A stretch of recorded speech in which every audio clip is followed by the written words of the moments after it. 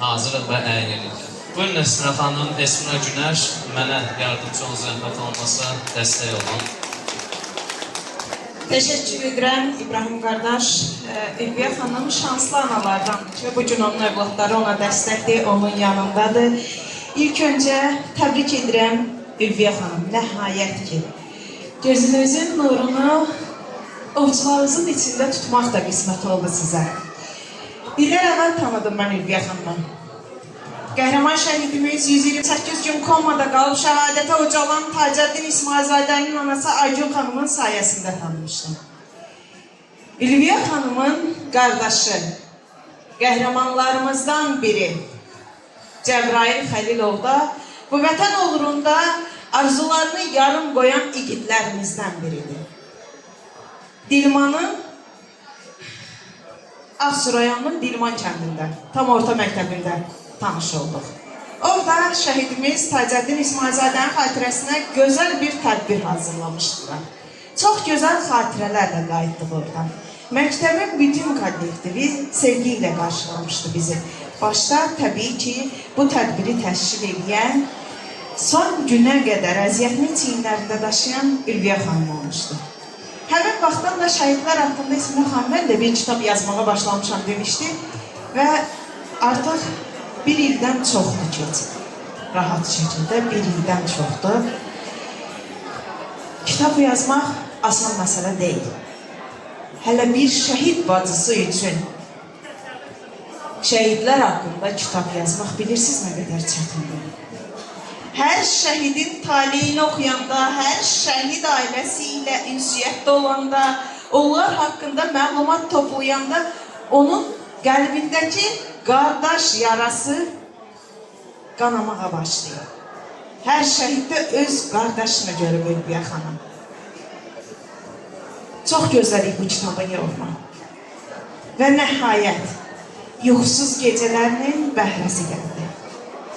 Nəhayət, əziyyəti öz bəhrəsini verdi. Kitabımızın redaktoru az əvvəl çıxış edəndə qeyd etdi ki, bu kitabda sadəcə Ağsunun deyil, digər bölgələrdən də şəhidlərimiz yer alıb. Bax, buna iki qat sevindim. İki qat sevindim ki, bu kitabı açıb vərəqləyən hər bir oxucu bir bölgəni deyil, bir çox bölgəni qəhrəmanları ilə tanıyacaq.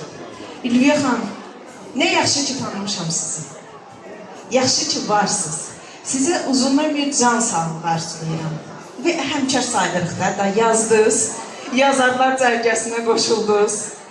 Arzu edirəm qələminiz daima yazar olsun. Və bir də arzu edirəm ki, Təhsil Naziri Emin Əmrullayev, Mədəniyyət Naziri Adil Kərimli qiymətləndirsin sizin əziyyətinizi. Həm şəhid bacısı, həm yazar, həm də eyni zamanda gələcəyə vətənpərvər övladlar yetişdirən bir müəllim kimi. Və əgər İbrahim qardaş da icazə verirsə, mən Aygün ananı dəvət eləmək istəyirəm. Alqışlarımızla 128 gün komada qalan şəhidimiz Tacəddin İsmailzadənin anası Aygün xanım bizim tanışmağımızın səbəbkarı. İlk sözü Aygün xanıma verək və daha sonra da sıra ilə şəhid analarımızı dəvət edəcəyik. Onlar bizim başımızın tacıdırlar. Çox sağ olun, Ülviyə. Ülviyə mənim uşaqlıq dostum. Bir sinifdə oturub, bir part arxasında oturduğumuz rəfiqəmiz, canımız. İndi isə o kitabıdır.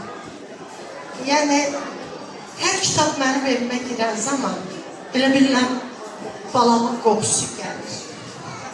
İyisini gətirirsən.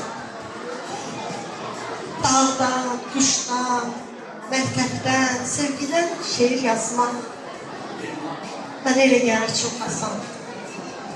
Amma şəhid adını tutub, söz yazıb yaratmaq, hər ananın ürəyinə toxunmadan o kəlmələri sıraya düzmək, toxunmaq çox çətindir. Sən bu yolda ürəyini bir dəftər etdin. göz yaşlardı da ürəkçək. Sağ ol Ülviyə, var ol ki, necə ki qardaşlığı yaşatdın, elə də bu qardaşları. Çox sağ ol.